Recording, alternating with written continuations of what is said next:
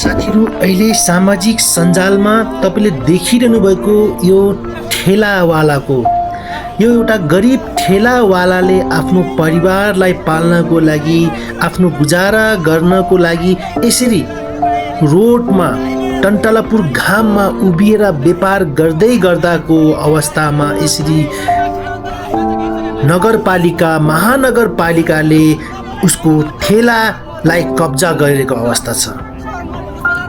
यति मात्र होइन, तपाईँले यहाँ सायद सुन्नुभएको छ होला कि यो ठेलावालाको बाध्यता त्यति मात्रै होइन। यो ठेलावालाले मेरो घरमा छोरी बिरामी छ भनिरहेको छ।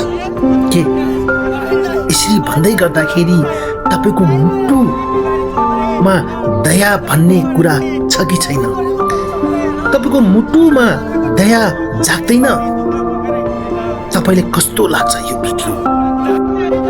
तपाईँको प्रतिक्रिया के छ? यो नगरपालिकाले गरेको नियम ठिक छ, तर गर्ने तरिका बेठिक छ। यसरी जानी जानी गरिबको पेटमा लात हान्ने काम भनेको सरासर अपराध हो।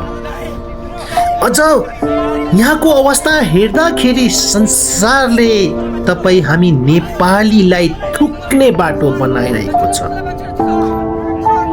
कोही नभएको आदि गाउँको जात्रा भने चाहिँ यहाँका नगर प्रहरीहरू के का नाटक देखाइरहेका होलान्, के को कर्तव्य पालना भएको देखाउला।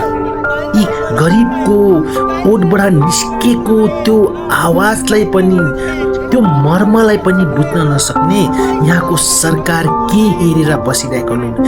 यही गरिबको भोटले नै त्यो ठाउँको सरकार बन्नलाई सहयोग पुगेको थियो।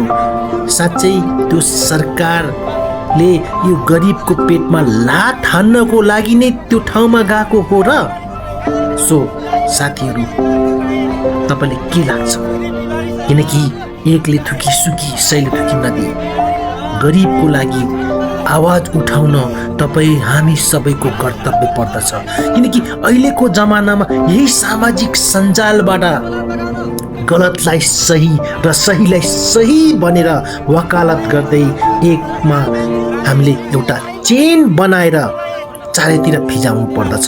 तर अहिले यो बेलामा गरिरहेको सरकारको यो काम एकदमै ठिक हो या गलत हो?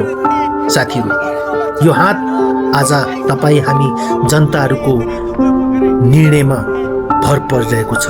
सो कारण तपाईँलाई ठिक लाग्छ भने ठिक भन्नुहोस्, बेठिक लाग्छ भने बेठिक भन्नुहोस्। तर यो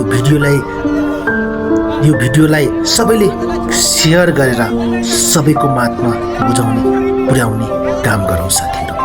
तसर्थ के हेर्दैछन् सरकार? यसको न्याय दिने अब सरकार कि जनता?